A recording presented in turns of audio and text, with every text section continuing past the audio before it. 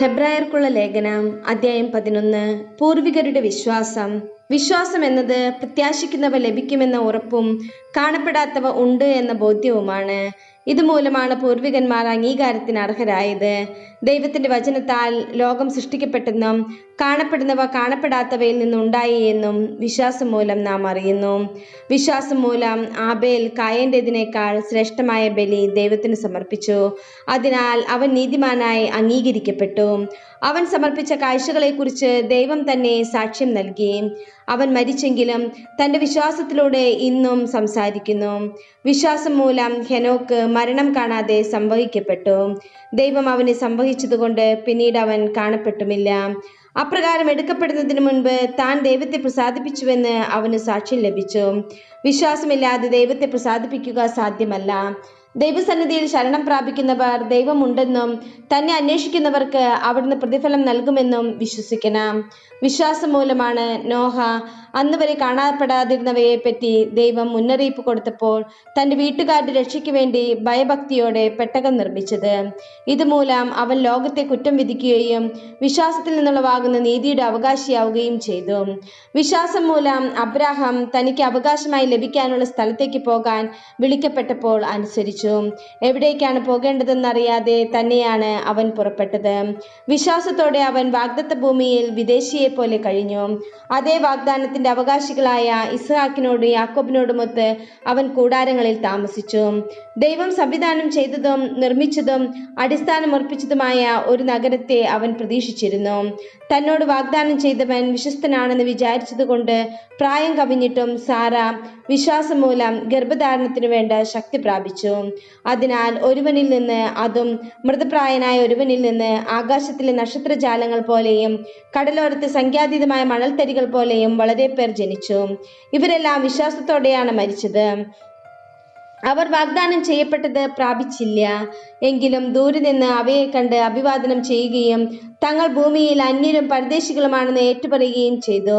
ഇപ്രകാരം പറയുന്നവർ തങ്ങൾ പിതൃദേശത്തെയാണ് അന്വേഷിക്കുന്നതെന്ന് വ്യക്തമാക്കുന്നു.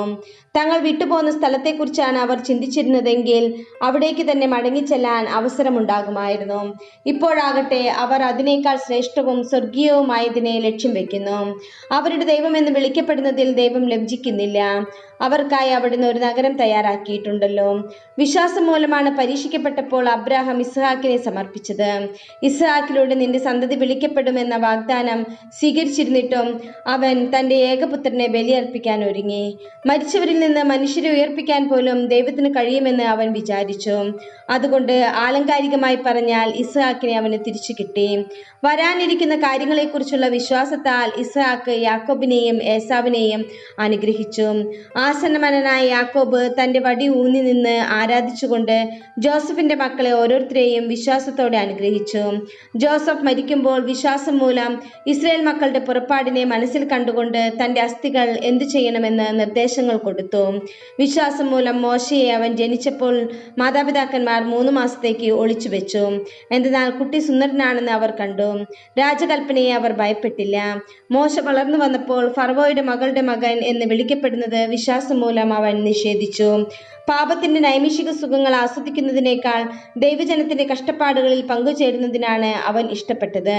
ക്രിസ്തുവിനെ പ്രതി സഹിക്കുന്ന നിന്ദനങ്ങൾ ഈജിപ്തിലെ നിധികളെക്കാൾ വിലയേറിയ സമ്പത്തായി അവൻ കരുതി.